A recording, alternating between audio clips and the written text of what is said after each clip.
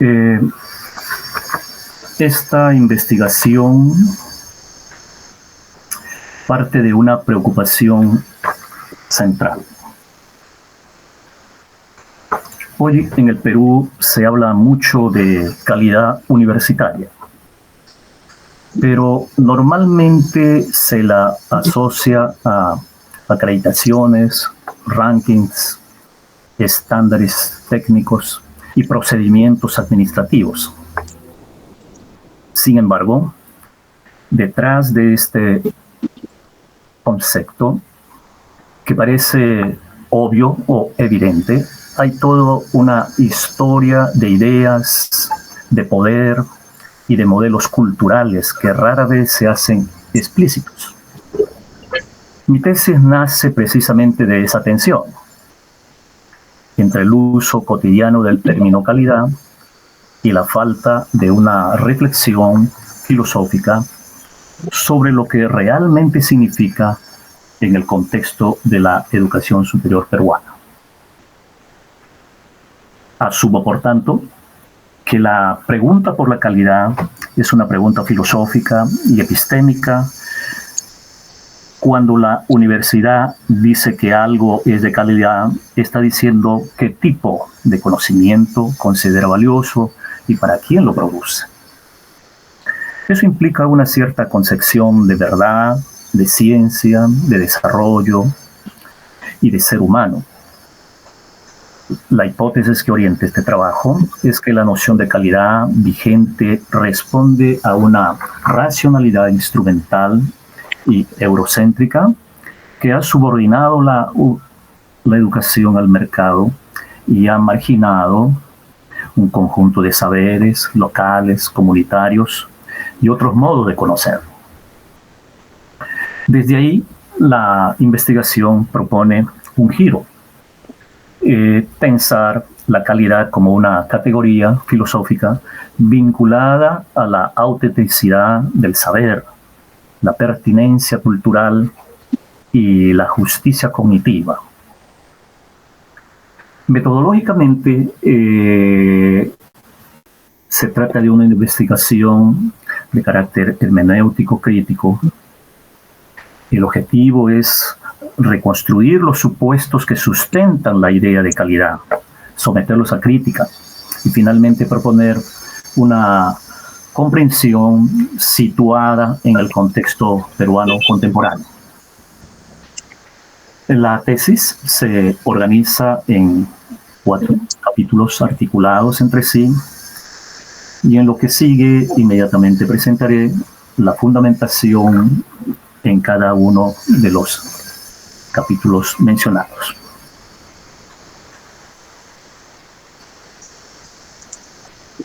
En la parte introductoria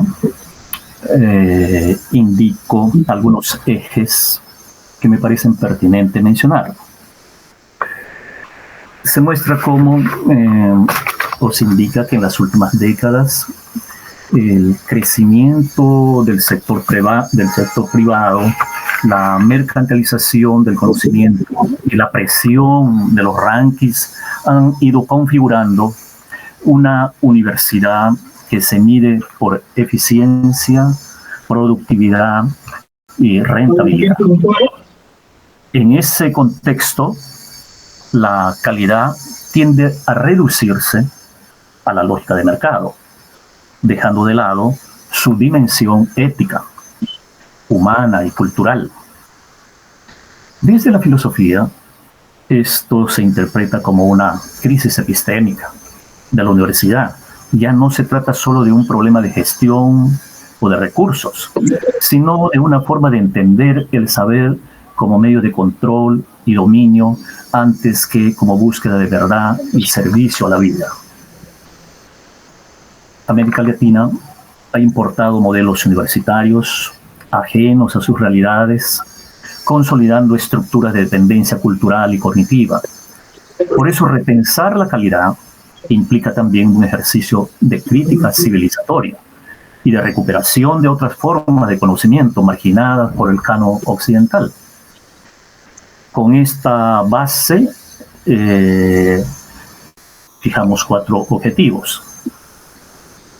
examinar los fundamentos epistemológicos e históricos del concepto de calidad, analizar las limitaciones del modelo vigente, explorar propuestas latinoamericanas y decoloniales que permiten resignificar la calidad y elaborar una propuesta teórica de una situación que implique una situación situada en el Perú. En el primer capítulo, que nos parece el que abre y da las bases conceptuales, el trabajo se pregunta qué estamos entendiendo por un concepto y qué implica pensar filosóficamente la noción de calidad. Se parte de una idea clave. Los discursos sobre aseguramiento de la calidad no son neutros, sino que están cargados de presupuestos sociales, culturales, políticos y económicos. Cada vez que se habla de calidad educativa, se movilizan concepciones implícitas de educación y de calidad. El capítulo comienza justamente analizando la naturaleza de esos conceptos. Se muestra cómo el lenguaje simbólico permitió al ser humano construir cultura, educar y transmitir experiencia. Esto significa que todo concepto está inserto en una red de significados intersubjetivos. No surge en el vacío, sino en un horizonte de sentido histórico y cultural concreto. Autores como Esterman, Bernatsky, Harari ayudan a mostrar cómo el lenguaje y la simbolización fundan un mundo de sentido donde la educación se convierte en un proceso de construcción de significados y no solo de transmisión de datos. Se revisan los presupuestos epistémicos del concepto. Se contrasta el ideal clásico de conceptos apodícticos propios de las matemáticas con la relatividad de los conceptos aplicados a la realidad histórica. Aquí se dialoga con Kuhn para mostrar que los conceptos se inscriben en paradigmas y que su significado se mueve según contextos y puntos de vista. La idea de conciencia histórica permite entender que ni la universidad ni la calidad pueden definirse de manera fija y atemporal. Siempre dependen de horizontes de interpretación y de disputas de sentido. Sobre esa base, en este capítulo, entramos en el núcleo del problema, la noción de calidad como concepto fundante. Se explica que como los conceptos tanto en las disciplinas de la biología como en términos del derecho, hay categorías que podemos justamente, por analogía, decir que son conceptos fundantes. La calidad funciona como un horizonte de sentido que orienta las prácticas de evaluación y de decisión de educación. Justamente siguiendo a Nietzsche, se sostiene que solo se puede definir con precisión aquello que no tiene historia. Por tanto, un concepto como calidad profundamente histórico y valorativo no puede encerrarse en una definición cerrada. Se relaciona además que la calidad con la estructura misma de la valoración, en la misma línea de la reflexión de Nietzsche, del ser humano como un animal que valora. Se muestra que los juicios sobre la calidad expresan siempre una escala de bienes y fines, lo que consideramos bueno, útil, justo o deseable.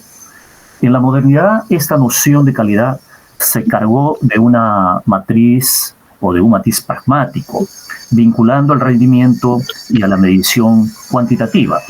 Autores como Nussbaum permiten ampliar esta comprensión hacia una idea de calidad como expansión de capacidades humanas, abriendo la puerta a una visión más rica que la mera eficiencia técnica.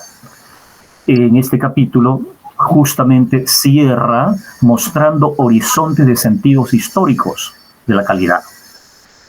Hacemos una suerte de una mirada a de lo que significa la paideia clásica, la tradición en términos culturales, lo que implicaría en el mundo andino, y lo que es la modernidad actual. En la paideia griega se menciona justamente la excelencia, se vincula a la formación integral del ciudadano y el ciudadano virtuoso. En la tradición se trata de comparar ello con la tradición andina, en donde la noción de un concepto como pacha y de armonía con la comunidad y el territorio configura un modo de entender lo valioso. En la modernidad, la razón instrumental y el cálculo de medios y fines reorganiza la experiencia, asociando calidad con productividad y control. Esta pluralidad de horizontes nos da la base, nos da el terreno para poder pensar una calidad universitaria que no sea, evidentemente, y subrayado, monocultural, ni reducido a la lógica del mercado.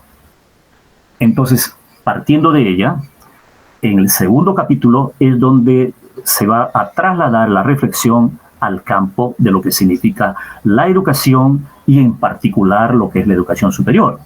En primer lugar, se caracteriza la educación como un fenómeno intrínsecamente humano, una prolongación de la capacidad simbólica y teleológica del ser humano, mediante la cual las sociedades transmiten y recrean sus saberes, valores y proyectos. Se distingue entre distintos tipos y niveles de educación para situar específicamente la educación superior universitaria como un espacio de producción y validación de conocimientos especializados. Se aborda la idea de la sociedad de conocimiento para enmarcar esta noción, y entonces este término, aunque parece elogiar el valor del saber, en la práctica ha sido de la mano con la intensificación de la racionalidad instrumental. El conocimiento se concibe como recurso estratégico para la competitividad económica y la innovación tecnológica, más que como una búsqueda de verdad o de justicia. El saber se mercantiliza y se evalúa por su capacidad de generar beneficios medibles. Se analiza entonces la relación entre el poder y conocimiento, siguiendo en esta parte a Foucault, para mostrar que no hay saber neutro. Toda forma de conocimiento se inserta en redes de poder que determinan que se considera verdadero, que se reconoce como legítimo y que se invisibiliza. En la educación superior, esta relación se expresa en los mecanismos de evaluación, en los sistemas de acreditación y en las políticas públicas que definen qué es una universidad, comillado, de calidad. En este marco, la calidad se convierte en un criterio central de evaluación de la educación superior, pero este criterio está hegemonizado por ciertos factores. Productividad, y esta productividad académica medida en publicaciones, eficiencia administrativa, indicadores cuantitativos de logro y entre otros. En esta parte concluimos que si no se examina críticamente estos supuestos, la calidad corre el riesgo de convertirse en un instrumento de homogenización y control que reforzaría la dependencia cognitiva y no necesariamente mejora la pertinencia de la universidad para su sociedad. A partir de ella, nos concentramos específicamente en cómo se entiende y se aplica la calidad en la evaluación de la educación superior. Entonces, lo primero que se hace es identificar dos grandes fuentes de distorsión en la comprensión de la calidad educativa: la descontextualización y la unilateralidad. La descontextualización significa tomar modelos y criterios externos sin considerar las realidades históricas, culturales y sociales en las que se insertan las universidades latinoamericanas y peruanas. Unilateralidad significa reducir la calidad a una sola dimensión, por ejemplo, el técnico administrativo o lo económico, dejando de lado la formación ética y ciudadana. A partir de allí, en esta parte, hacemos un análisis detallado de las principales concepciones de calidad en la educación superior que se desarrolla en la literatura y en los términos de documentos de políticas en los últimos años.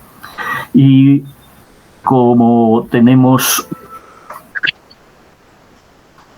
cada una de estas concepciones, tiene una lógica, un campo de aplicación y unos límites. La tesis muestra que muchas de estas concepciones, aunque útiles en ciertos contextos, resultan insuficientes si se toman de manera aislada.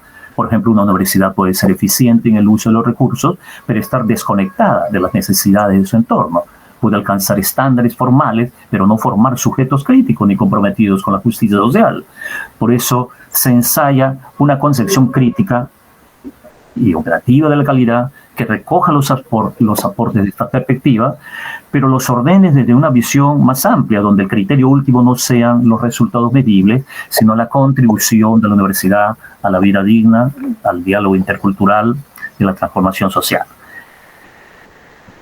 En la parte del capítulo que se refiere a una comprensión de la calidad universitaria del Perú, en el núcleo propositivo de este trabajo, aquí se ofrece una reflexión sobre la calidad universitaria en el Perú actual a partir de 3 grandes movimientos. Un análisis del movimiento tradicional universitario en América Latina, una revisión de los enfoques críticos y el estudio del caso peruano para finalmente plantear un modelo alternativo de calidad universitaria. En primer lugar, se muestra cómo la universidad latinoamericana y en particular la peruana se configuró bajo la influencia directa del modelo colonial e ilustrado europeo, y desde sus orígenes fue una institución jerárquica, eurocéntrica y monocultural, orientada a reproducir élites y a transmitir saberes metropolitanos, excluyendo formas locales de conocimiento. Incluso después de la independencia política, la dependencia cultural y cognitiva se mantuvo, de modo que la calidad universitaria se asoció a la imitación de modelos externos, especialmente europeos y anglosajones.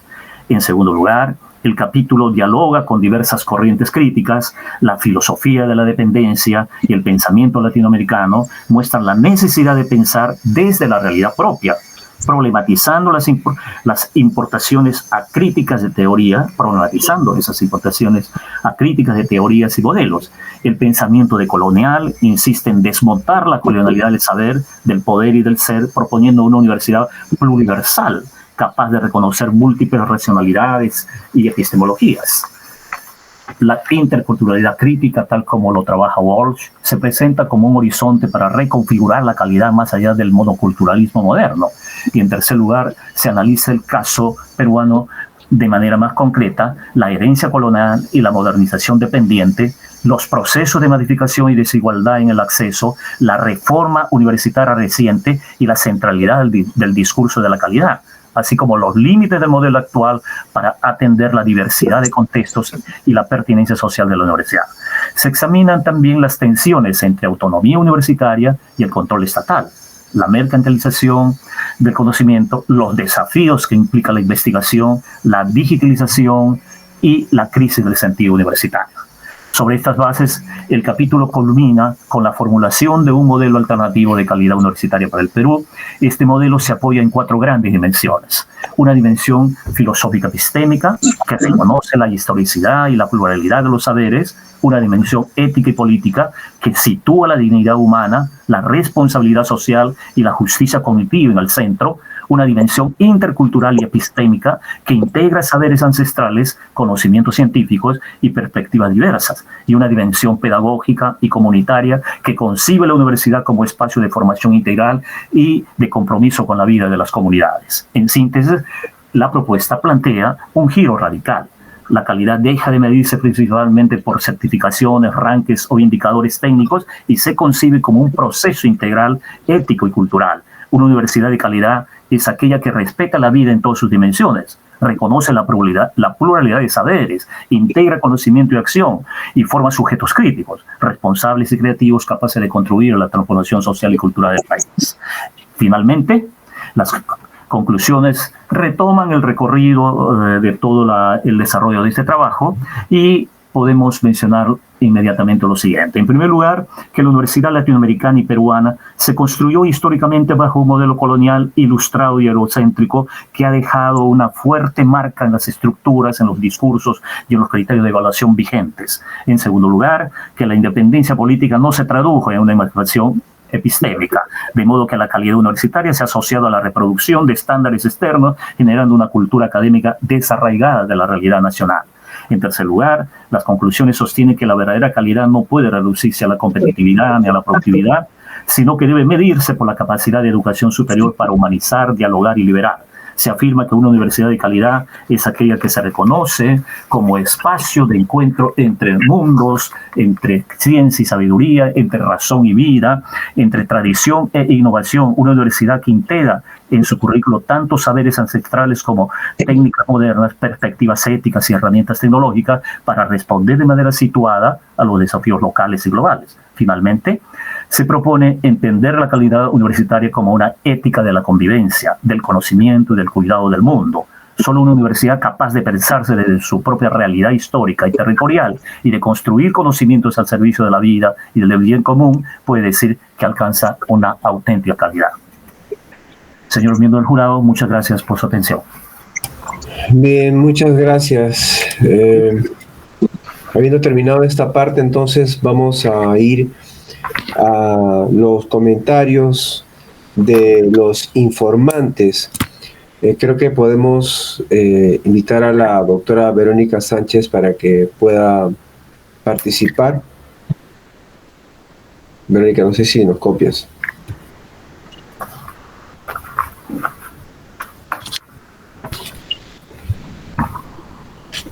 Si no es el caso, entonces tenemos una dificultad, Verita.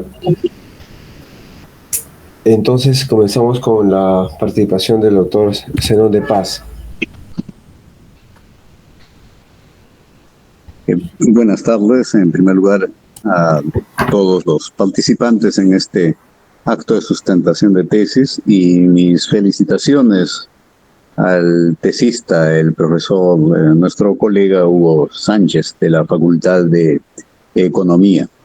Me parece que es un trabajo muy interesante, muy sugerente,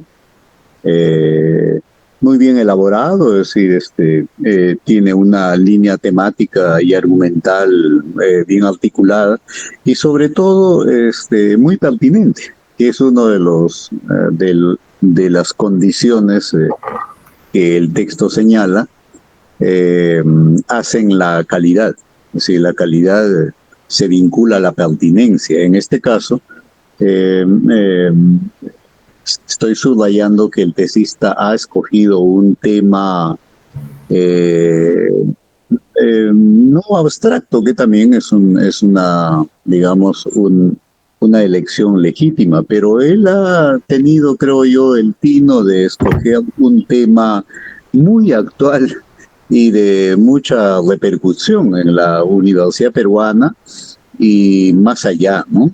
Es el tema de la calidad, Efectivamente, no voy a decir más respecto a por qué este es un tema y quizá más en rigor un gran problema nuestro, pero sí destaco la mirada que propone el profesor Sánchez en el sentido de hacer notar en principio que ahí estamos frente a un concepto, lo cual, notado en el punto de partida, ya marca efectivamente la naturaleza de la tesis, ¿no?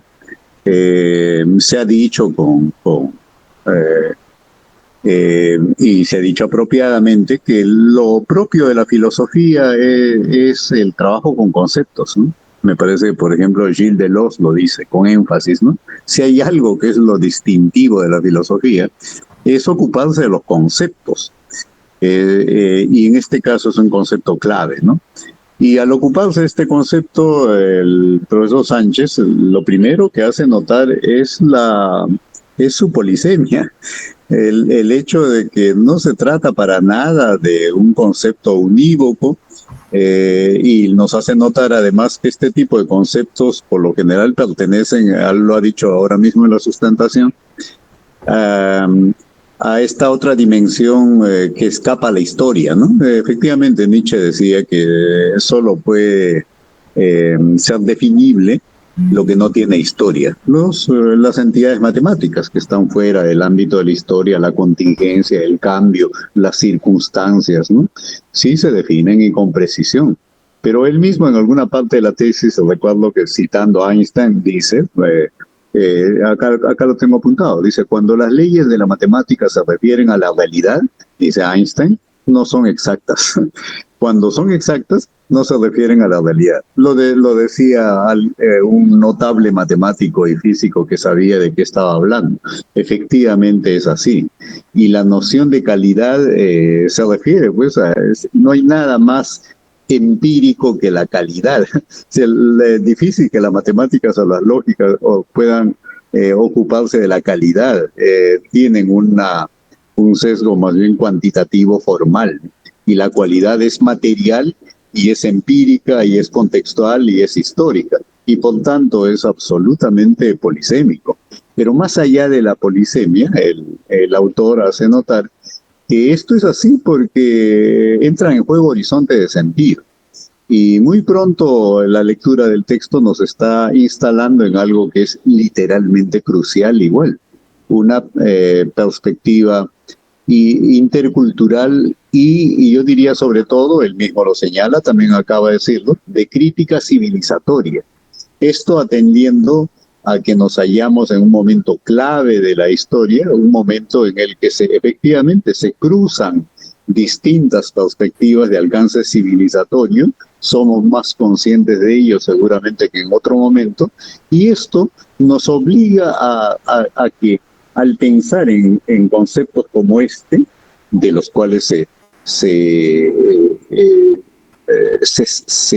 siguen, a veces hasta se deducen en un ejercicio que pretende ser matemático, consecuencias en términos prácticos, en términos de políticas universitarias. Al hacer eso deberíamos ser más cautos, deberíamos ser conscientes de que hoy más que nunca lo que entendamos por calidad nos obliga a declarar la perspectiva desde la que estamos hablando, ¿no? Que no se puede hacer esto en abstracto.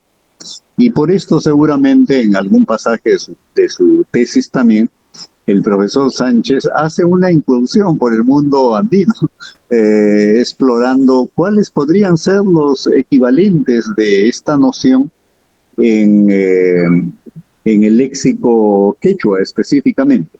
Y las nociones que ha elegido, nociones como Cuyana, Allin, Sumac, Capac, Channing, Tupac, etcétera, sí, algo tienen que ver, algo importante tienen que ver con aquello que en castellano designamos como calidad, pero su exégesis deja notar cómo conllevan otras perspectivas, otras connotaciones que atendidas convenientemente nos deberían conducir a una discusión otra vez más cuidadosa del tema en la universidad. Bueno, con esto lo que quiero señalar es que me parece afortunada la elección del tema, muy pertinente, que es algo que esperamos que ocurra en las tesis, sobre todo en las tesis de posgrado, y por otra parte el tratamiento resulta igualmente sugerente, ¿no? A mí en realidad me gustaría que este trabajo, independientemente de cuál vaya a ser el juicio que emite el jurado, por ahí se publique para aportar a la discusión sobre este tema que entre nosotros frecuentemente más bien pasa sin discusión, ¿no? Bien, entonces la articulación temática, ya lo dije también, de los 4 capítulos, hallo que es pertinente. En fin, él mismo ya ha hecho un recuento de ello. Y tal vez para conversar, básicamente propongo 2 cuestiones al tesista, ¿no? Ya en la parte de las conclusiones que conllevan también o se desprenden de ella algunas recomendaciones, claro, señala que una educación genuina, de calidad, sobre todo en el ámbito de la educación superior, debería buscar apuntar a la humanización del educando, ¿no? A la humanización del estudiante universitario, al cultivo de una ética de la convivencia y más. Esto último lo entiendo y creo que se vincula directamente con el énfasis que ha puesto el tesista en la en la coexistencia en términos de diversidad, por ejemplo, en términos de interculturalidad, que es otro gran tema entre nosotros, ¿no? Y al que no se atiende en esta discusión. Por ahí entiendo que la importancia que tiene la ética de una convivencia. Pero en relación a lo primero, respecto a la capacidad de humanizar, allí sí quizá puede haber más de un matiz. Si decimos esto así básicamente, como lo acabo yo de decir, se va a entender que es perspectiva, digamos, occidental, ¿no? Porque el occidente, y sobre todo en su versión moderna, es pues antropocéntrica, ¿no? Bolívar Echeverría dice incluso, habla de una antropolatría. De lo que se trata es de humanizar, ¿no? Pero en otras perspectivas culturales, y la tesis reclama un diálogo con ellas, más bien quizás se habla de, a ver, para no detenerme en este punto, por ejemplo, en el terreno de la política, que habitualmente se entiende pues, como un asunto que trata de la convivencia colectiva entre seres humanos y nada más que entre seres humanos. Entonces podríamos decir, hay que humanizar la política y se entiende, claro. Pero hay gente que está hablando de cosmopolítica y cuando habla de cosmopolíticas indígenas, por ejemplo, lo está haciendo a partir de comprender que la convivencia no involucra solamente a los seres humanos y que cuando lo hemos creído hemos perdido de vista algo que ahora la realidad nos está recordando, que hay otros seres que también sostienen la convivencia, se involucran y entonces tal vez ya haya que hablar efectivamente de una cosmopolítica en los mismos términos, por analogía. No habría por lo menos que matizar este reclamo de que la educación superior universitaria para alcanzar sus más altos grados de cumplimiento atienda a humanizar, no habría que decir algo así como que atienda, qué sé yo, a sensibilizar a la persona que se está formando, más bien en que la vida no depende solamente de los seres humanos, sino que entran en juego otros. Y sobre todo, con esto termino, como el profesor Sánchez lo ha hecho notar muy bien también, el conocimiento es otro gran tema discutible, pues. Y desde estas perspectivas a las que estoy aludiendo, no solo el ser humano conoce, otros seres también conocen. Y entonces, ahora quizá haya que revisar el conocimiento y entenderlo también, entender que se sostiene en una dialogicidad, digamos, que involucra más que seres humanos. Quisiera por lo menos algún comentario del tesista al respecto. Y bueno, le reitero mi felicitación.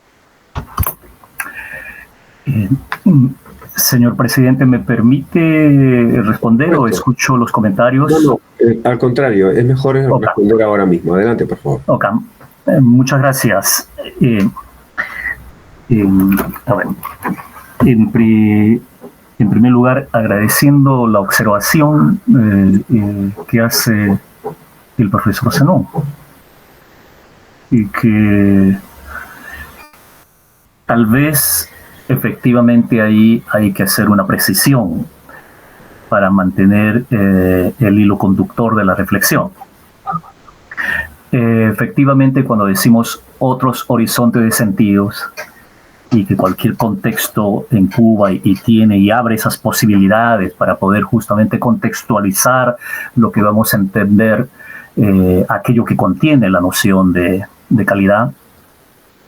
Claro, si solo reducimos a un tema de ver, saber y el que sabe cómo lo sabe y medimos en función solo de ello, efectivamente estaríamos reproduciendo lo que justo estamos queriendo observar como elemento crítico en la tesis, ¿no? Sí, me parece pertinente.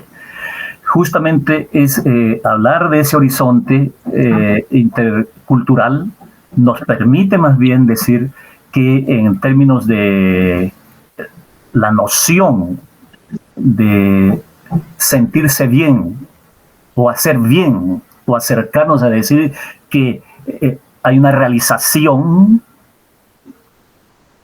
esa realización está comprendiendo evidentemente al hombre y a su entorno.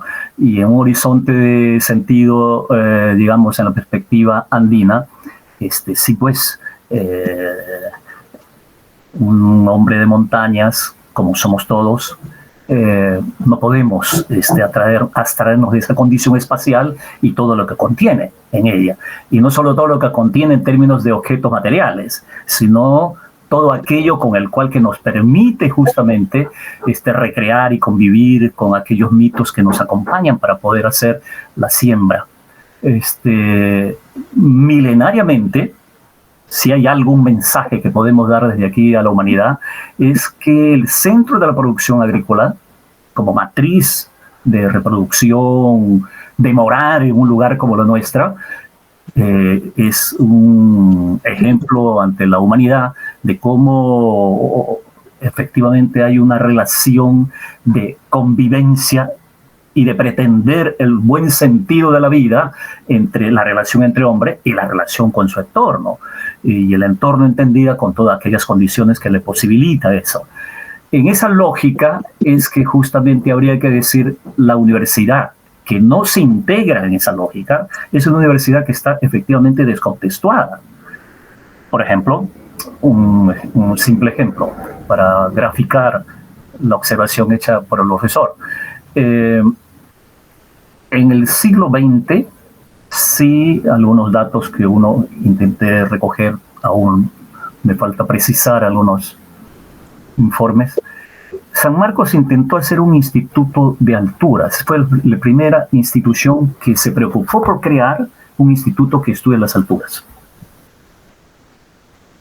Esto es, en la mirada y en el contexto de un país y con la característica de esa universidad, ya solo el hecho y ese acto de poner el acento en ver cómo se puede y cómo se desenvuelve orgánicamente y las convivencias del ser humano a una determinada altura, ya de por sí es estar identificando una singularidad de la morada, una singularidad de donde moramos, que equivale a que todas las disciplinas, y no es un tema de salud, sino es un tema de infraestructura, un tema de formación, etcétera, etcétera, definitivamente estamos focalizando que en montañas la altura cuenta. Es una dimensión de la existencia. Y entonces, ya solo eso de poner el acento y tenerlo como foco para en este caso fue de los médicos que hicieron ese instituto, ya eso mismo ya se podía derivar, como en algún momento se dijo, problemas de salud de altura. Sí, pues, eso es una singularidad, es un elemento componente de nuestra realidad. Por ello, toda aquella teoría o teorizar que no toma en cuenta ese elemento que justo es lo que da la pertinencia respecto a nuestra convivencia, es una suerte de una teoría sin realidad. En síntesis, me parece atinado su observación del profesor, que permite ampliar este concepto, que equivale a decir, hay teorías y la universidad aún sigue haciendo teorías impertinentes que no tienen realidad, que equivale a decir que todavía tenemos una realidad sin teoría.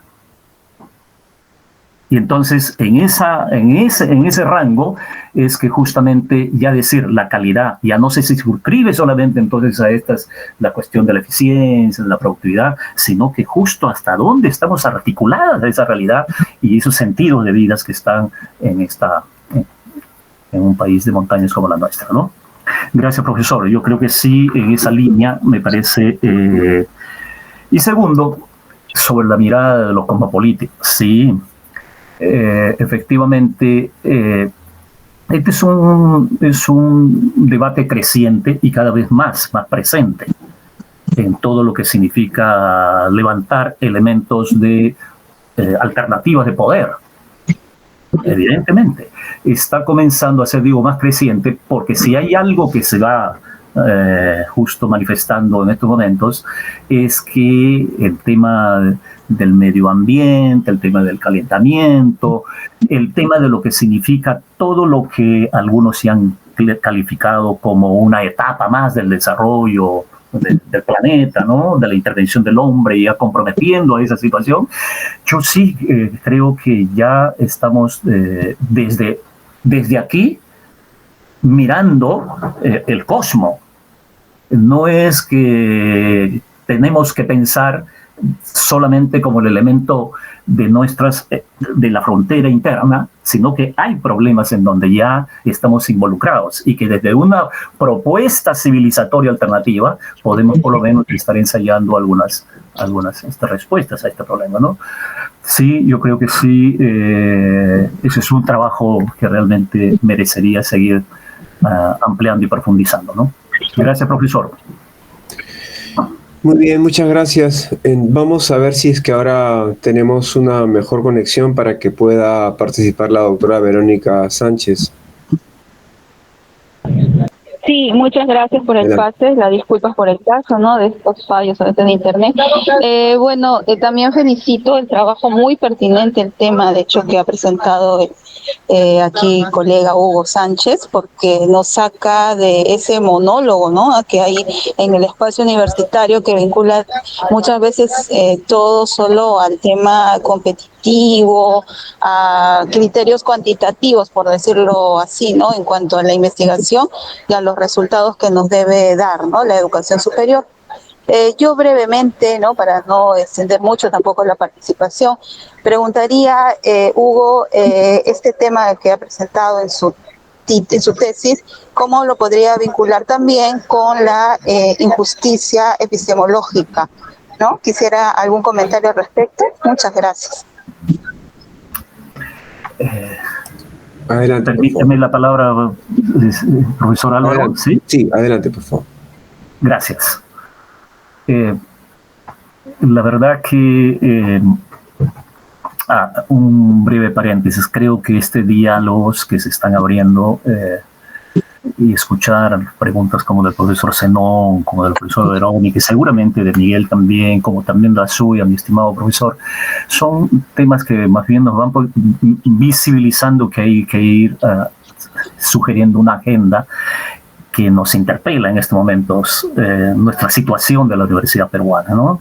Es definitivo, nos interpela una universidad que desde el punto de vista de un economista, del cual es mi profesión, diríamos, ande en una pendiente negativa, ¿no?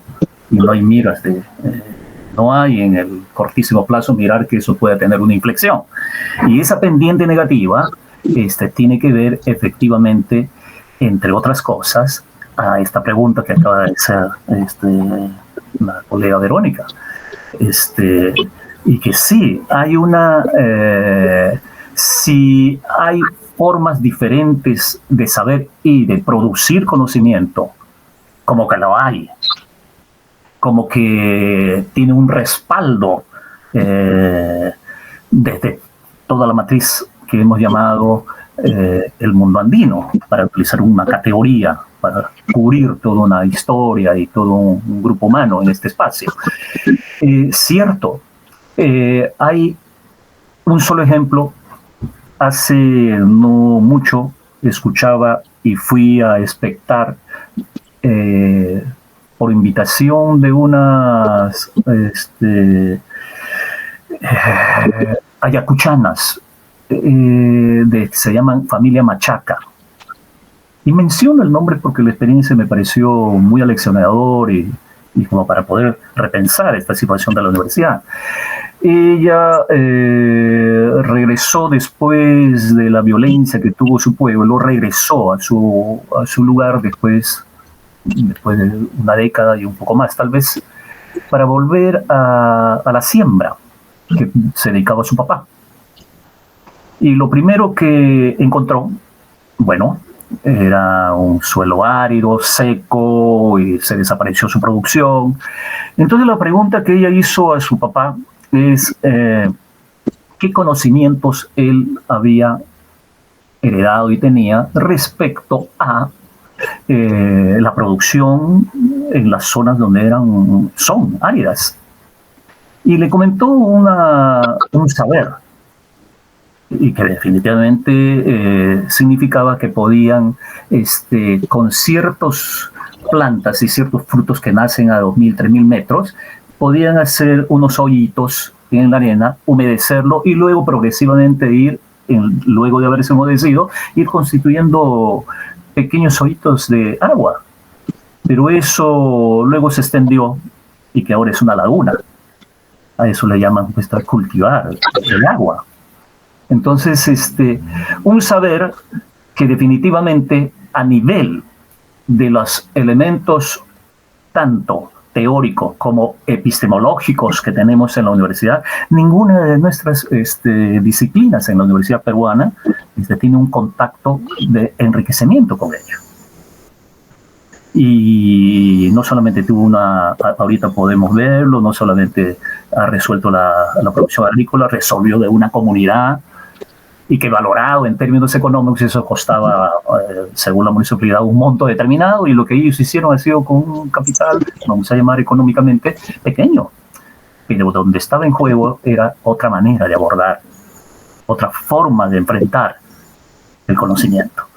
Entonces, sí, yo creo que eso, al no tenerlo, y no solamente no tenerlo en la universidad, tenerlo presente, sino que ponerlo como una cuestión, comillado, de un conocimiento no científico y a nombre de no ser científico, eliminar ese saber de lo que se debería ser parte de la formación de cualquiera de las disciplinas de cualquier universitario de este país, en tanto y en cuanto somos hombres de montaña, todos los que estamos sentados acá.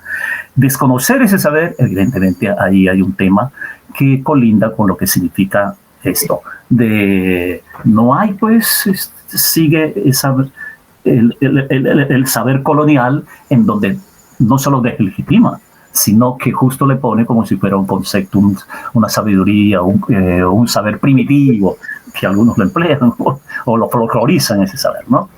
Sí, en esa lógica, decir que tiene que haber una justicia epistémica, epistemológica y epistémica, obviamente, sí, está referido a ello. Es un recuperar diferentes formas de saberes, y esas formas de saberes no están en una condición de subordinación frente. Tienen el mismo peso y la misma... No hay manera de poder la superioridad de esos elementos epistémicos poner. Entonces, en ese sentido, sí, respondo por ahí, estimada profesora. Muy bien, muchas gracias. Vamos a entonces invitar también al doctor Miguel Polo como asesor para que haga algunos comentarios pertinentes a esta tesis. Muy amable, colegas, buenas tardes. También quiero felicitar a Hugo por su trabajo. Como se aprecia, este es un trabajo que tiene años de ir pensándolo en sus distintas aristas. Se trata de una tesis de filosofía aplicada, ¿no? Porque el tema central es, como se ha escuchado, calidad universitaria en el Perú, lo cual involucra pensar, pues, o repensar conceptos como universidad, conocimiento, desarrollo, pero siempre bajo una perspectiva ética, como él lo señala, ¿no? Principios de autonomía o responsabilidad social, interculturalidad crítica y epistemología situada. Su tesis es eso, ¿no? Una epistemología, un intento de una epistemología situada.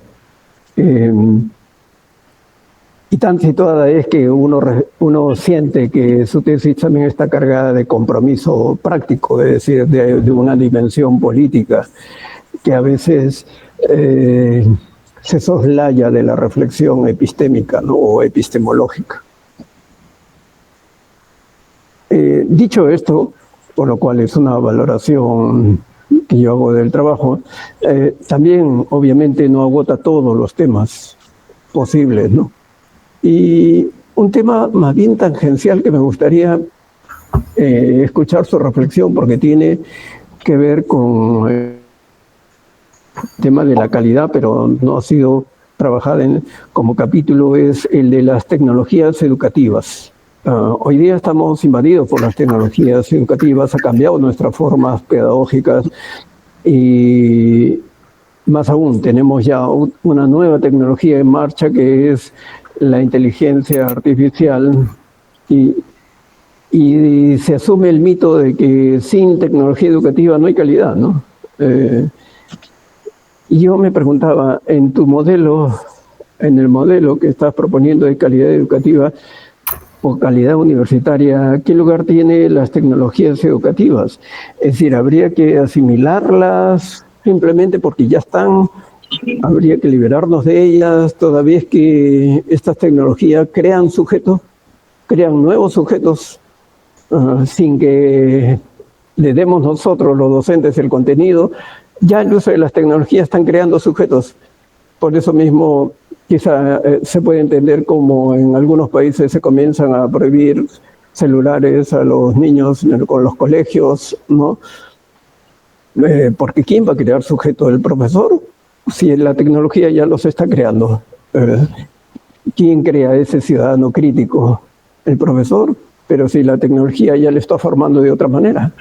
Entonces, ¿qué lugar ocupa en este modelo las tecnologías educativas? Sé que es un tema que implica mucho más a partir de la tesis, pero creo que también sería interesante escuchar tus reflexiones. Gracias. ¿Me permite, profesor Álvaro, responder, sí? Así es, por favor. Ok, muchas gracias, profesor. Sí, como siempre, entrar a una reflexión de esta naturaleza van justo visibilizando otros temas que necesariamente tienen que ir articulándose sistemáticamente a una lectura y al mismo tiempo ver hasta dónde sus impactos de cada, como acaba el caso que acaba de presentar justamente el profesor.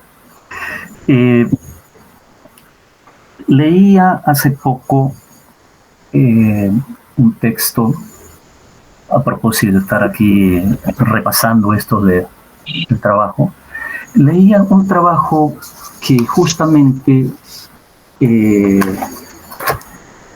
es de José Ortega y Gasset, que es un texto que para mí es importante porque desde Europa repensar la universidad donde propiamente están ellos como creadores de una institución que le dieron un contenido y repensar ese contenido nos parece muy importante como un elemento para contrastar con lo que estamos hablando acá. Y efectivamente en este trabajo la cuestión fundamental que él se plantea y la palabra que va a utilizar para cuestión fundamental es decir, bueno, diría, si hay que hacer, utilizo el término rápido, dice, una reforma es siempre creación de usos nuevos. Me parece evidentemente un concepto adecuado. Y añade, los abusos siempre son de escasa importancia, porque un abuso, por más que se abuse, si están las cosas claras, vuelve a su línea nuevamente de lo que uno está, el sentido y la naturaleza de una institución. Pero, al mismo tiempo dice, pero si el abuso es continuo y permanente, entonces ya el tema ya no es abuso y estamos en otra situación. Entonces, creo que es pertinente en la manera como va a entrar a ver la naturaleza de su crisis en Europa, de la universidad, en el caso nuestro subrayado, en el sentido de que post el desarrollo industrial o la revolución industrial, evidentemente casi todos los entendidos en los temas de los estudios de los cambios tecnológicos, logran coincidir en que post de la revolución industrial entramos a esta revolución que estamos viviendo y hay una suerte de transición que se abre y evidentemente hay un impacto y nos interpela en saber qué cosa es el saber. Claro, nos interpela, uno. Y también nos interpela, segundo, no solamente en el término de saber, sino nos interpela en el sentido de qué es lo que estamos entendiendo como el proceso de enseñanza y aprendizaje. Entonces, pero lo importante de esto es lo siguiente. Si lo dimensionamos y lo limitamos, que es un tema tecnológico y en el ámbito de la tecnología, entonces lo vemos más claro, que la universidad más bien lo que ha venido teniendo es que la dimensión ética, la dimensión que tiene que ver con la formación de sujetos capaces de actuar con responsabilidad frente a los desafíos de su tiempo, es decir, aquel que estamos constituyendo como formación de pensamiento crítico, más bien es el conjunto vacío que está apareciendo. Y más bien esta tecnología lo devela con rapidez. Nos muestra inmediatamente que justo al no tener lo que debería ser la universidad del pensamiento crítico, llena ese vacío. Y una tecnología, cuando no tiene eso enfrentado, sujetos que estamos formando con lo que debería ser su misión de justamente entender que su fundamento de la educación es un proyecto ético, un proyecto también político, evidentemente. Pero si eso es débil y es vacío, aquello se sustituye como si fuera una normalidad, un comportamiento.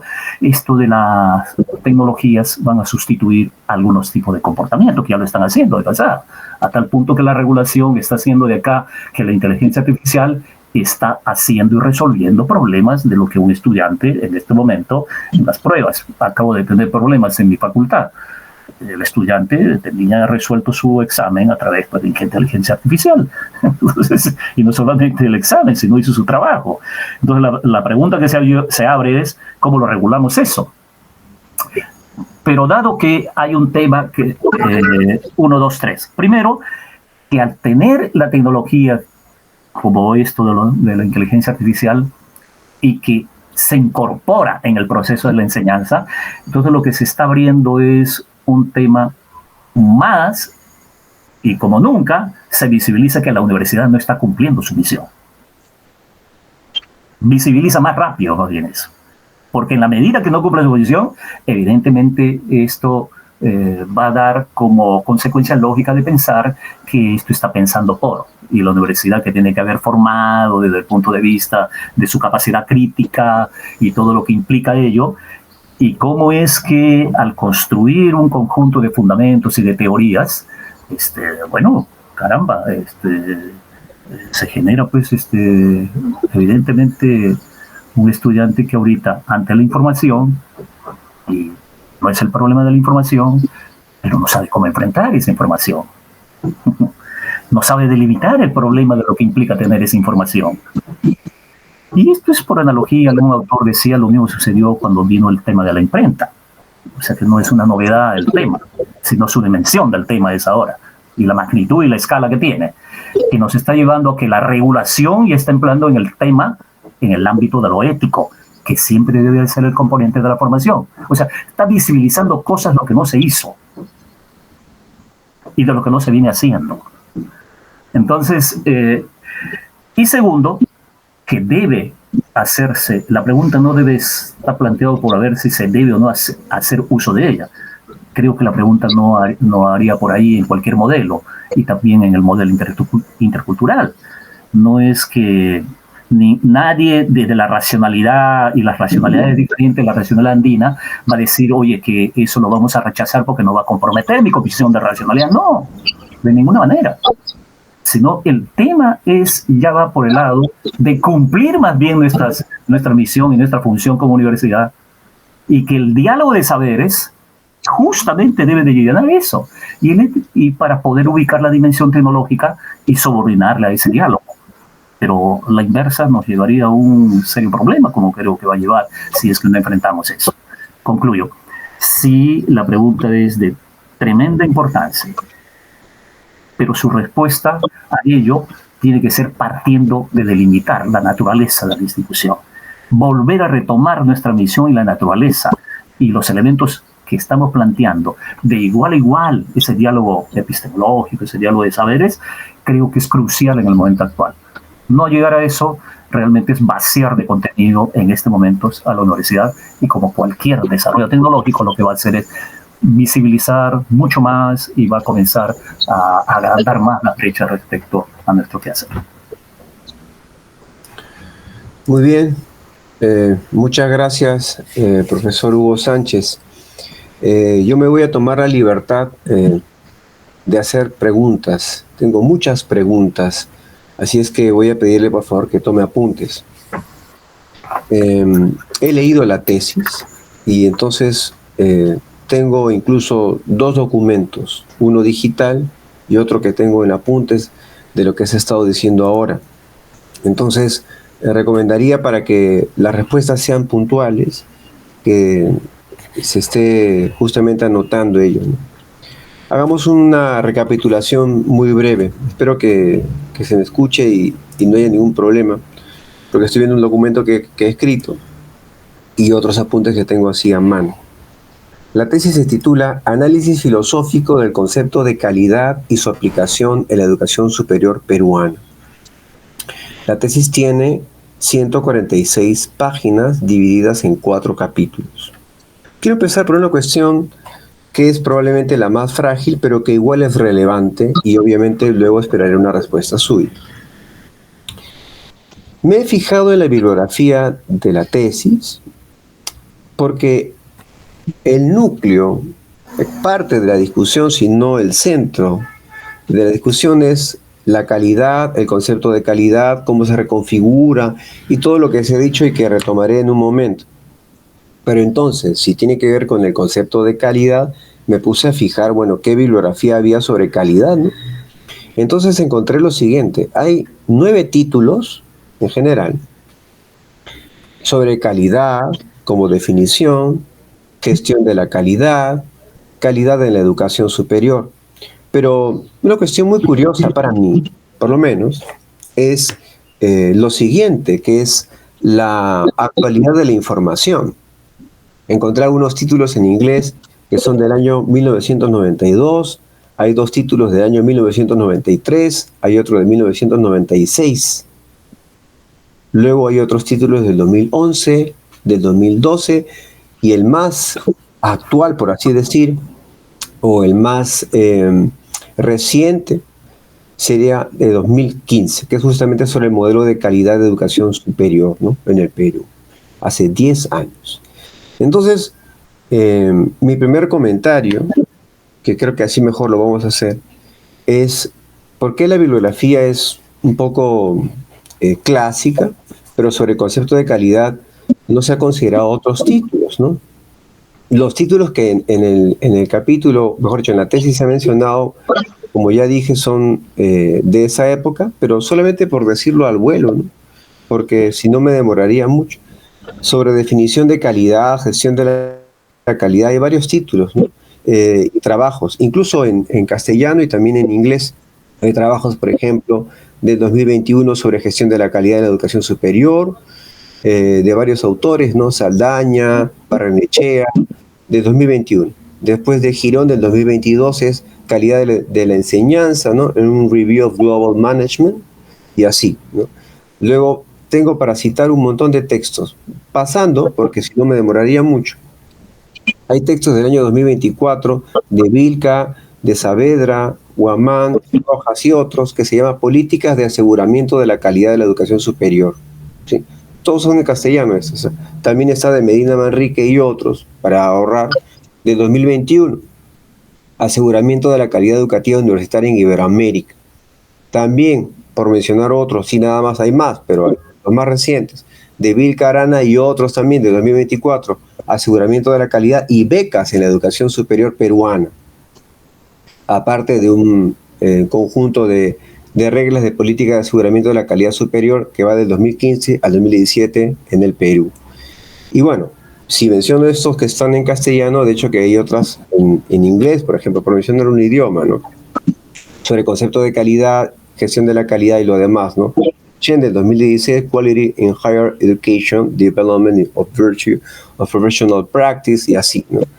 Este es del 2016, incluso es un poco antigua, ¿no? Pero puedo mencionar otras, ¿no? De Martin, de 2017, Martin y Parik, de 2017, Quality Management in Higher Education, igual. Luego también del mismo autor Martin, de 2018, Internal Quality Assurance, ¿no?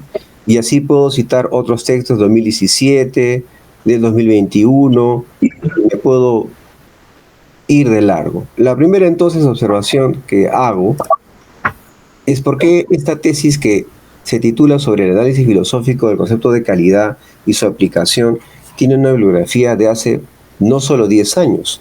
Hay textos del año 93, 96 y así que, como es natural, solamente sobre el concepto de calidad, claro, ¿no?, que es gravitante, ha considerado tan pocos títulos y no de la actualidad que se refieren como aquellos que yo al paso acabo de citar. Soy todo oídos.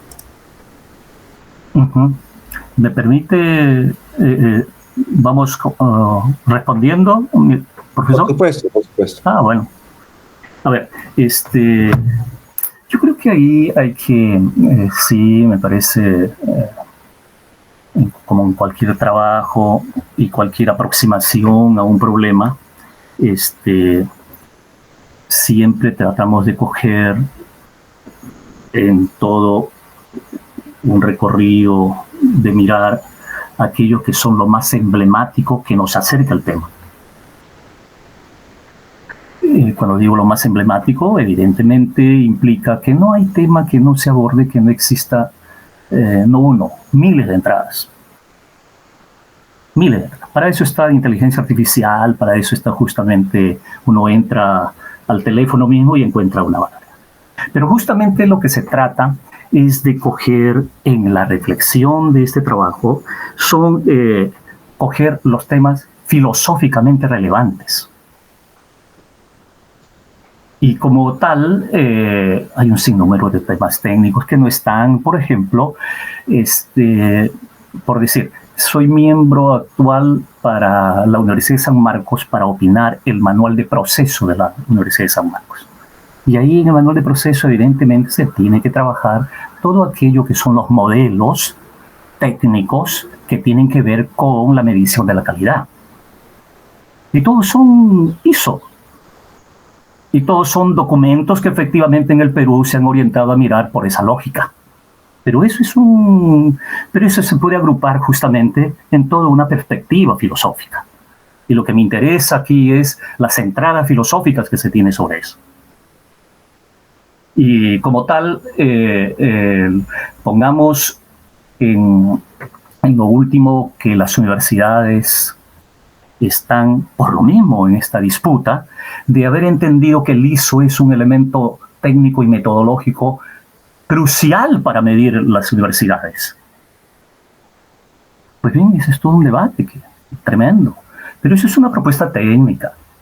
Y en algunos casos, lo que estamos con otra postura, no solamente estamos diciendo que no se puede y no se debe hacer uso, porque esas propuestas técnicas tienen un origen y un fundamento. Y ese origen y fundamento está por el lado justamente de la lógica empresarial, que eso tiene toda una corriente. Y sus limitaciones, obviamente, su alcance. Ciertas universidades particulares han tomado eso como modelo y lo tienen eso como bibliografía básica, técnica, para hacer sus evaluaciones de calidad, sin discusión. Pero yo no creo que estamos en esa apuesta, bueno, en esta orientación en la cual estamos queriendo hacer esta lectura. Por lo mismo, creo que cuando digo lo más relevante, es sí, porque de lo más relevante que se ha puesto son justo aquellos que han problematizado esto. Por eso que en el Perú, inclusive, el único evento que se tuvo en los últimos años es un evento que se hizo en la Universidad Católica para problematizar este tema. Y ahí es lo que tuvimos, eso es lo que tenemos como publicación. Como consecuencia, sí me parece siempre pertinente en estas revisiones acercarse, pero por lo mismo, frente al universo de información y dependiendo la pregunta que nos enfrentamos, bueno, cogemos desde mi punto de vista aquellos referentes que son filosóficamente más importantes. Es por eso que fue el criterio. Ok, bueno, tengo más preguntas. Yo siento que no me ha dado una respuesta a mi pregunta, pero lo voy a dejar pasar para ver las demás. En su exposición y en el texto, en la página 22, menciona, por ejemplo, que hay una racionalidad moderna, instrumental, ¿no?, que tiende a medir, ¿no? Esa es una de las cosas que más se ha insistido, que este concepto, ¿no?, eurocéntrico, como lo han planteado, no se entiende si no está vinculado al mercado y a sus estándares, ¿no? Esto justamente me hizo pensar en si la discusión acá es en contra de los estándares, en contra de la medición, o qué cosa es lo que se está planteando en el fondo, porque a mí no me queda claro eso. Tampoco me parece claro que sea un trabajo aplicado, como dice el doctor Polo, porque no hay ningún caso empírico siquiera tratado de forma específica con evidencia, ¿no? Pero mi punto es este. La idea de la tendencia a medir y la medición, parece que se cuestiona lo medible, ¿no? El estándar formal, y en buena parte también en la presentación ahora se dijo de que debería existir un orden más amplio que no solo sea medible, sino que promueva el diálogo y lo demás. Yo sí he leído la tesis con detenimiento. Voy a citar algunas pasajes, voy a citarlo. En la página 64 se menciona que la calidad no solo debe medir la eficacia, ¿no? Por ejemplo, sino también la capacidad de fomentar, entre otras cosas, la reflexión crítica, ¿no? Se habla de una versión humanista que debe apostar por una versión ampliada o ampliar la calidad. En la página 65 también se menciona que esta debe ser la calidad un proceso vivo y que debe estar muy vinculado con aspectos de la calidad universitaria, pero en un sentido diferente. En la página 112 se dice también que la calidad universitaria en particular debe medirse, pero no solo por la capacidad anteriormente criticada, sino por esta cuestión de tejer vínculos entre saberes, ¿no? Ese es un poco el fondo, ¿no? Y que también debe medirse por la capacidad de producir sentido, ¿no? No solo por los resultados. Entonces, para que quede claro este punto y para ver si es que puedo seguir a otra idea, lo que se está cuestionando acá en el análisis del concepto de calidad y la aplicación de la educación peruana es la racionalidad instrumental moderna que traduce esto a mediciones, a la calidad, ¿no? A la medida, a la medición, al estándar. Se está apostando porque no hay una medición o porque hay una medición diferente. Y si es una medición diferente, esta medición diferente supone algún tipo de criterios, estándares, alternativos. Lo dejo hasta allí porque ya he hablado un ratazo. Ok. A ver, creo que coges, profesor, el nudo del trabajo, el centro del trabajo, la pregunta del trabajo. Evidentemente, lo que aquí estamos apelando en el trabajo es que el concepto de calidad dentro de lo que significa un horizonte de sentido, porque cualquier concepto se enmarca en ella, no hay concepto neutro, mucho menos el concepto de calidad. Y lo que se trata es de visibilizar que justamente si algo ha sido reducido ese concepto de calidad en lo que significa la universidad en general, es justamente el hecho de tener elementos de carácter, llámese productivo, su medición de ello, pero eso es una lógica. Y un indicador de ella, evidentemente, será medir en tanto y en cuanto proceso y producto y sus grados de rentabilidad que puede o no tener en caso de universidades privadas, o efectivamente que si se cumple o no se cumple la ejecución de gastos y si se realizan procesos internos de índole administrativo y hasta dónde esos procesos que se proponen realizar se cumplen o no se cumplen, una suerte de auditoría de los procesos y una cuantificación. Es más, me permito, tal vez una imagen nos puede ayudar mucho en lo que quiero graficar con esta. Fíjense, hace poco la universidad estuvo haciendo una encuesta y en la encuesta puso una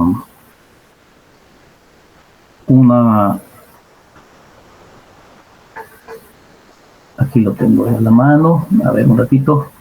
Y seguramente en la facultad, en todas las facultades les pegaron esto. En todas las facultades. Y eso fue hace 2 semanas, 3 semanas. Y dice, tu opinión importa. Atención, docente sanmarquino. Y se hizo efectivamente una encuesta que todos los docentes tenemos que responder.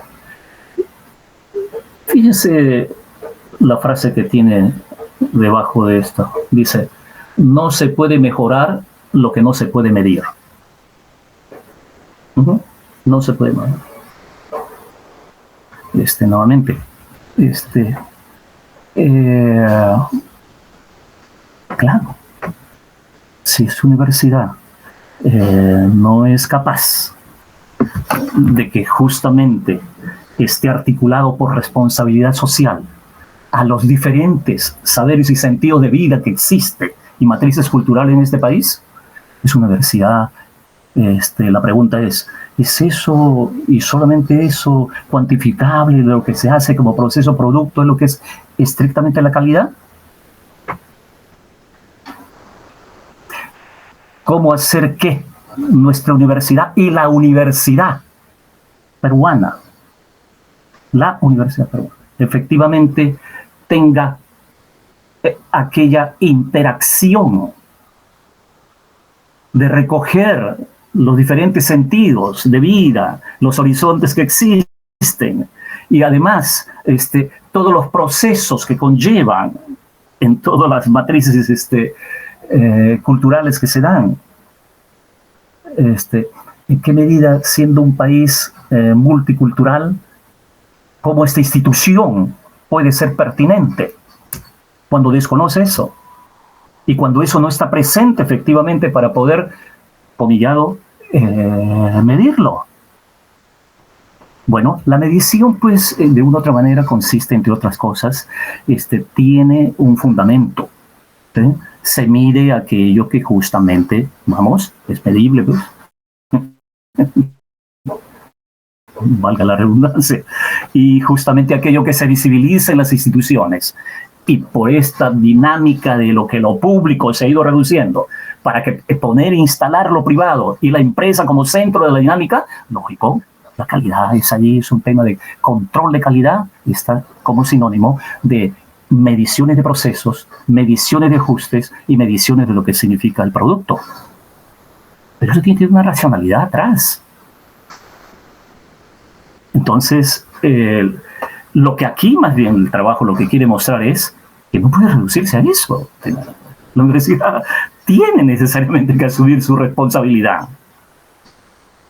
Y esos elementos que tienen que incorporarse es lo que no lo estamos mirando. Por tanto, no es salir para decir que no hay nada que no se pueda medir. Obviamente que en ningún lado puede estar eso uno formulando. Hay cosas que son, pero las dimensiones que están siendo y necesariamente que la universidad por el cual tiene que articular, esas dimensiones se invisibilizan. Se invisibilizan. Y como consecuencia no está el debate en decir si se mide o no se mide y si medimos o no, eso no es el debate. Es qué cosa la calidad tal como está conceptuado invisibiliza. Entonces, este es el tema. Y eso es lo que se ha tratado de hacer la reflexión. Visibilizar aquello, Y lo que se visibiliza es justamente lo más urgente desde mi punto de vista que tiene que la Universidad Peruana hacer. Si no, no tiene salida. No tiene salida la Universidad Peruana. Resumo. Esto nos lleva nuevamente a que el tema decolonial sigue siendo parte de la agenda en términos de los saberes. Hay un tema de colonial del saber. Eso. Ok, pero a ver, si nos entendemos, lo de colonial rechazaría un estándar eurocéntrico, pero no el estándar en general. Mi pregunta ha sido la anterior y la reformulo porque tengo ganas de hacer otra pregunta también, adicional, ¿no?, a esta. ¿Usted está de acuerdo con la evaluación con criterios, con estándares, con la medición, o usted está planteando que no debería haberla? O eso es lo que no me queda claro. Y si es que está de acuerdo con que se debería medir la calidad en la universidad, claro está, en la educación universitaria, ¿cuáles son los criterios que está planteando para justamente esta forma distinta, ¿no? O alternativa, no eurocéntrica, no estandarizada, no homogénea, que no sería mercantilista o no vinculada a resultados, ¿no? Esa ha sido mi pregunta. Sí, y que creo que ensayé o intenté ensayar la respuesta por el lado que le acabo de decir. Obvio, a la pregunta de forma directa, no está la tesis para decir que no hay elementos que no hay que considerar y que puedan ser medibles, pero reducido el concepto de calidad a un tema de medición, como un tema de utilidad y de productividad, es una condición necesaria más no suficiente. Eso está claro en el trabajo. Eso es lo que se quiere mostrar en el trabajo. Es una condición, pero no suficiente. Es insuficiente. Y si no visibilizamos lo otro, el peligro más bien es seguir creyendo que los estándares, los rankings son eso. Los rankings han terminado siendo aquello que nos están poniendo, y San Marcos acaba de hacerse una acreditación institucional, San Marcos, que hay que discutirlo. Porque estamos hablando de San Marcos. Cuando digo subrayo San Marcos, porque tiene que tener un efecto multiplicador lo que está haciendo. Y si nosotros evalúan esa llamada acreditación que tiene, hay que revisarlo. Hay que revisar, porque si hay algo que se detectó en ello, y debería estar ya difundiéndose en toda, por el conocimiento de nosotros los profesores, se detectó que San Marcos no está articulada a la sociedad. Entonces la pregunta es que si no está articulado, ¿qué institución es esta? Bueno, entonces, lo que a su pregunta me parece, primero, le respondo, no es que no hay que medir, sino reducido ello es una condición, sí, visibiliza que es insuficiente reducirlo a ello. Es una condición necesaria más no suficiente. Esa es la respuesta. O sea, en resumen, si entiendo, sí está de acuerdo con que la calidad de la educación universitaria también supone medición. Mediciones, sí, mi estimado profesor, claro que sí. Eso está muy claro. Ok, bueno, está muy claro. Vamos a ver, entonces, eso es lo último, espero que sea lo último. Hay varias cosas que se dicen en la última parte, en el capítulo 4, cuando se habla de la universidad de la vida. Por ejemplo, conceptos como autonomía ética, justicia cognitiva, interculturalidad crítica y varios otros que ya no vienen al caso citar.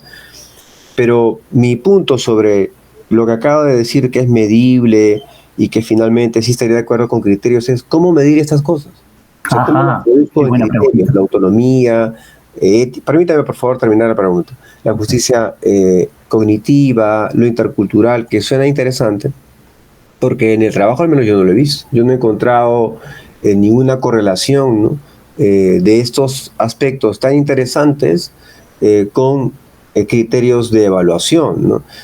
Ahora, tampoco he visto ninguna relación con política real, o sea, tampoco de pronto no es el objetivo del trabajo, ¿no? Pero no lo he visto relacionado con el aseguramiento de la calidad tampoco, ni con ejemplos concretos. Y ya para cerrar, hay universidades, ¿no? Sabemos, ¿no? Solamente en la región, ¿no? Para no irme a otros sitios, ¿no? En Ecuador, en Chile, en México, ¿no?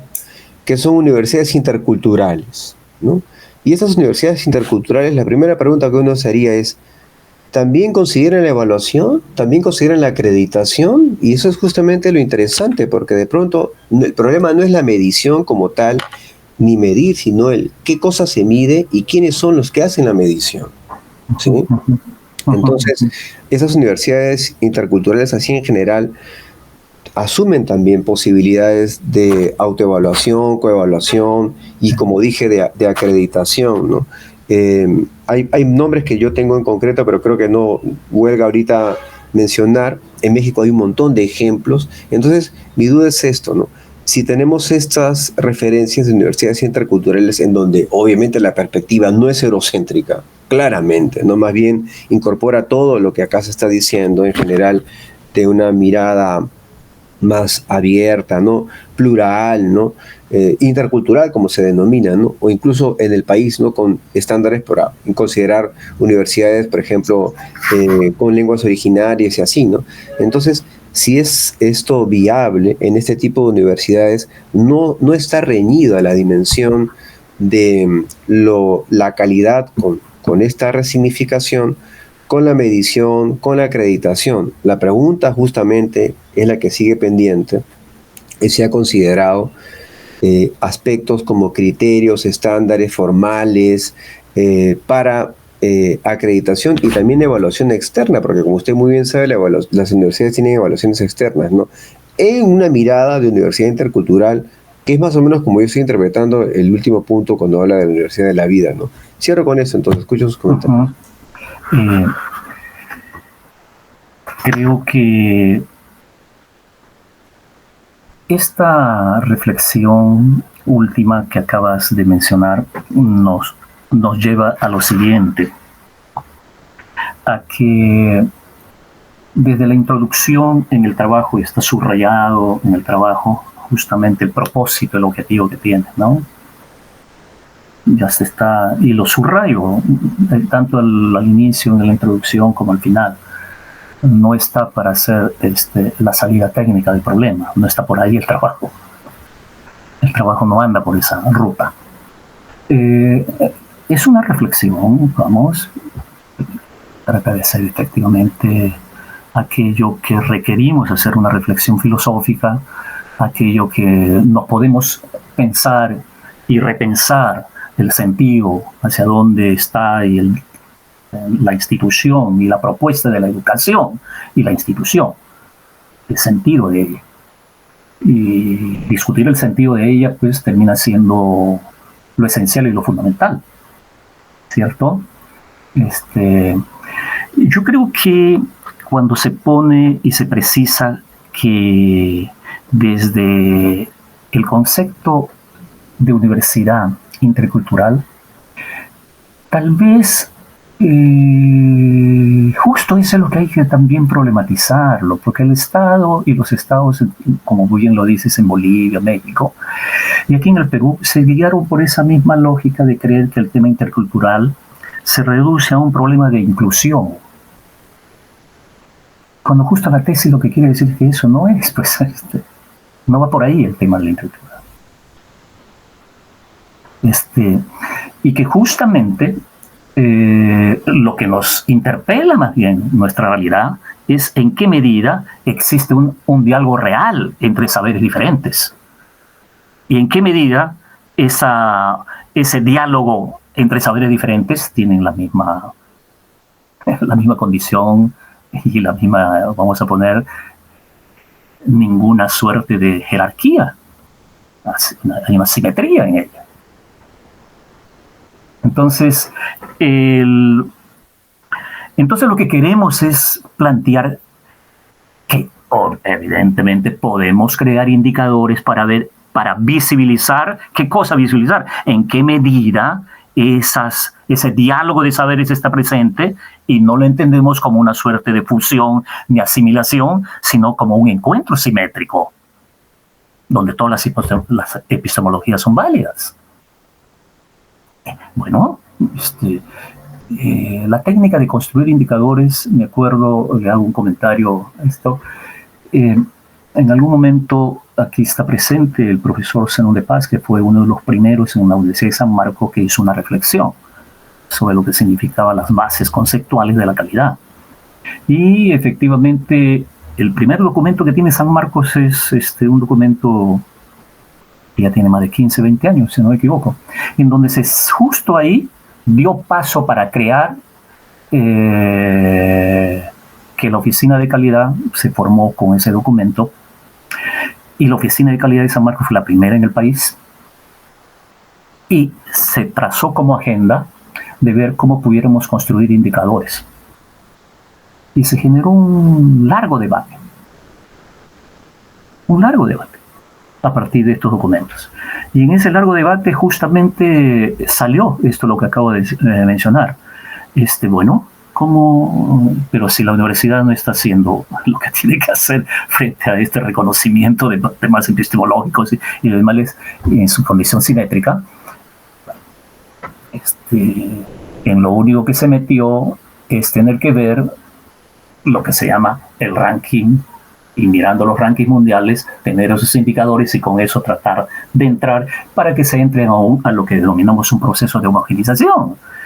Y que más bien las propuestas de política de Estado deberían reconocer estas especificidades, no negando que podemos tener elementos que requieren indicadores de carácter general. Pero nuestra mirada está por ver justo los elementos más importantes. ¿Qué significa las características de nuestro país? Entonces, me parece que en términos de estas universidades están en la lógica, y como política de Estado se ha considerado como tenerlo como una universidad más cualquiera. El de nombre tienen intercultural, tienen el nombre. Pero realmente si uno evalúa hasta dónde realmente se está construyendo esa universidad, creo que hay serios reparos para poder decir que esa universidad tiene el nombre, pero no son sustantivamente una universidad, una propuesta que esté construyendo en la lógica que estamos planteando, ¿cierto? Entonces, el diálogo debe necesariamente, y este diálogo que estamos haciendo me parece que visibiliza, ¿no? Reconocer que la colonialidad del saber y que esa jerarquía histórica que se ha puesto sobre las cuestiones epistemológicas es una cosa que está ahí planteada, es una agenda que tiene que resolver. Y la universidad es directamente, su comunidad académica directamente la responsable de formular eso. Y ya el hecho de visibilizar que es necesario eso, me parece que es importante. Y el alcance del trabajo está por ahí, no como una propuesta técnica. Ese es, estimado profesor. Muy bien, muchas gracias. Bueno, gracias a usted, más bien, y las gracias a todos los miembros del jurado. Sí, vamos a pasar a otra etapa, que es justamente en la que el jurado debe deliberar, y entonces tenemos que invitarlo a que usted de momento deje la sala. No.